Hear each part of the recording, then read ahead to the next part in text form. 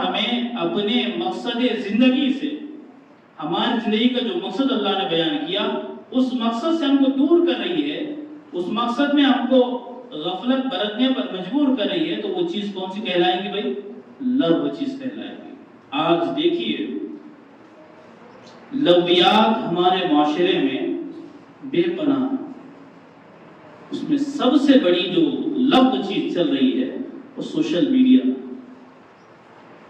دیکھیے social media کا استعمال یہ غلط نہیں ہے، لیکن اس کا استعمال ہم ایسا کر رہے ہیں کہ ہم کو نہ نمازوں کی خبر ہے، نہ والدین کے حقوق کا خیال ہے، نہ دوسری چیزوں کا اہتمام ہے، تو پھر وہ چیز لغو نہیں ہے تو اور کیا ہے؟ ہر چیز کے دو پہلو ہوتے ہیں، ایک خیر کا ایک شر کا۔ یہ ہم پر ہے کہ اس کو ہم کیسے استعمال کرتے ہیں، اس کے خیر کو پہلو کو اپناتے ہیں یا شر کے پہلو کو اپناتے ہیں، یہ ہماری ذمہ داری ہے، وہ ہمارا اختیار ہے۔ تو یہاں پر یہ بات بیان فرمائی اللہ رب العالمین نے، اگر کامیاب ہونا چاہتے ہو تو لغویات سے دور رہنا پڑے گا۔ آج ہمارا معاشرہ خصوصاً ہمارے نوجوان، افسوس کی بات ہے، ایسے پڑے ہوئے ہیں موبائلوں کے اندر، اللہ رحم کرے، نمازوں کا خیال نہیں۔ اس نماز کی بات اس لیے بار بار کہتے ہیں، یہ اسلام کی بنیادی عبادت ہے، اہم العبادات ہے، افضل العبادات ہے۔ حدیث پاک میں آتا ہے کہ اگر کسی بندے کو تو نماز پڑھتا ہوا دیکھو تو اس کی ایمان کی گواہی دو۔